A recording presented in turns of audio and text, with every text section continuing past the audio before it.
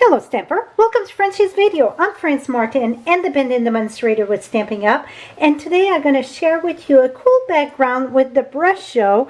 But see those beautiful dots? I'm going to share with you how this is done. So first thing you want to do a background with your Brusho, and it's no right and wrong when it comes to that. The way that I like to do it, I like to spritz my watercolor paper. This is watercolor paper, and oops, I'm almost out of water in this.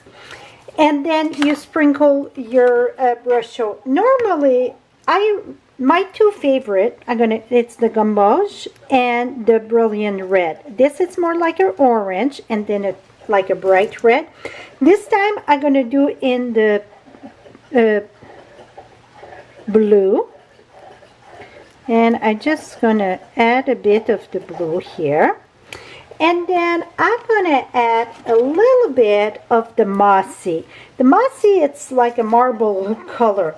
But before I go, what I'm gonna do, because I want like a wash, I'm using, let's make sure this is my aqua painter, and I'm just gonna do a little bit of the wash.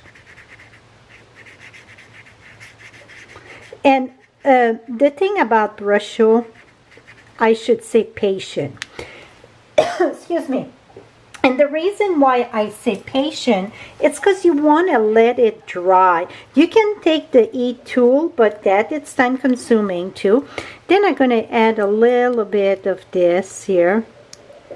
Just add a little bit of that yellow in this. And it's kind of now it's a yellow, and it gets some red in it. So you see it make like the green.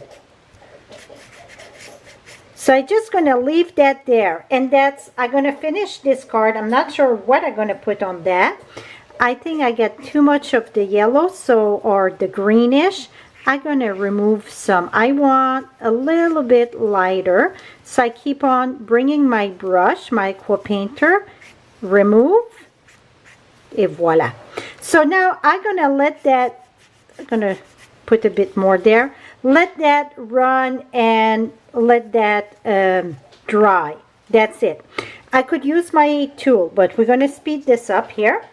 Now, I got one done here. So you see the top and the bottom, I put more the blue and then the green there. You're going to take your aqua painter and you're going to squeeze. And then you're going to see, you're going to have the drip there, see? And I still have color on that, so let me, okay, now what you're going to do is do a drip. Okay, so you see when you up high, your drips are big, right? Let's say that I want smaller drip. Like you see, I get little tiny drips in there. Then I'm going to come closer and just touch my paper before. I don't let it drop big.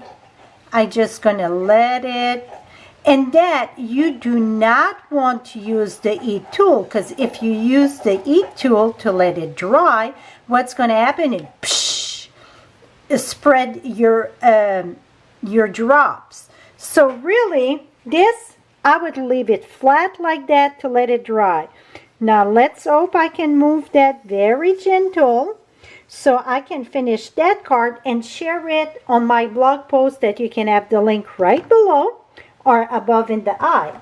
Well, the one that I get done here, that it's dry, I'm going to put that right here.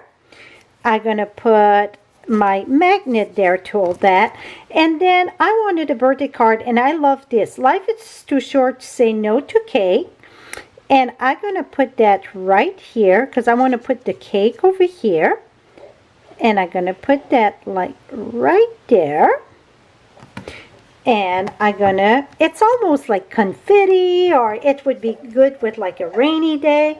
Now I'm going to use my Memento ink. And I always like to have my stamp case under this. It keeps this flat.